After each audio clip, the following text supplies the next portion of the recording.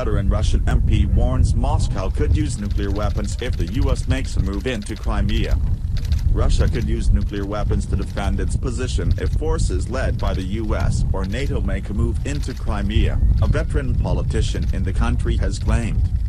If US forces, NATO forces, were in the Crimea, in eastern Ukraine, Russia is undefendable militarily in case of conflict, without using nuclear weapons in the early stage of the conflict, Vyacheslav Alekseyevich Nikonov told the Global Security Forum in Slovakia. Mr. Nikonov, who has served on the staff of Mikhail Gorbachev, Boris Yeltsin, and Vladimir Putin, said that he had heard this at some point from the Russian military, according to Defense One.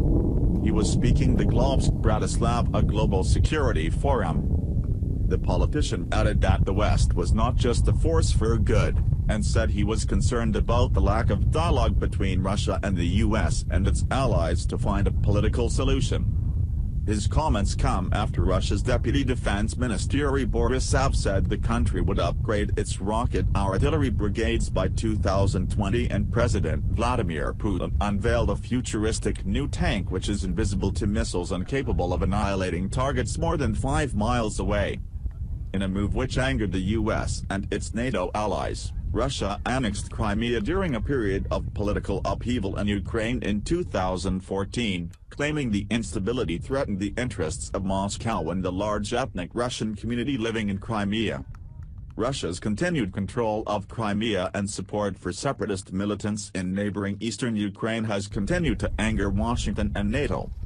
Moscow refutes the annexation label following a disputed referendum which it claimed showed the majority of voters favored separation from Ukraine.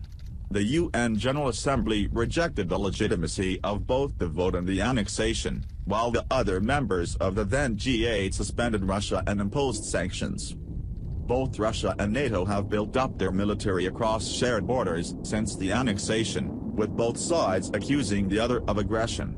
Mr. Nikonov cited 400 points of NATO military installations near its borders, some armed with nuclear weapons. Moscow is believed to have the largest stockpile of nuclear weapons in the world with at least 7,300 in its possession, while the US ranks second globally with around 7,000. Both countries have greatly reduced their nuclear arsenals since the Cold War, but each retains far more weapons than any other country. Both nations have a policy of launch under attack, which means they will not rule out launching their nuclear arsenal if faced with an existential threat. The military doctrine of Russia, last updated in 2014, says Moscow reserves the right to use nuclear weapons in response to the use of nuclear and other types of weapons of mass destruction against it and/or its allies, as well as in the event of aggression against the Russian Federation with the use of conventional weapons when the very existence of the state is in jeopardy. Although President Donald Trump has faced much criticism over his alleged links to Russia, U.S. sanctions against the country remain in place over Crimea.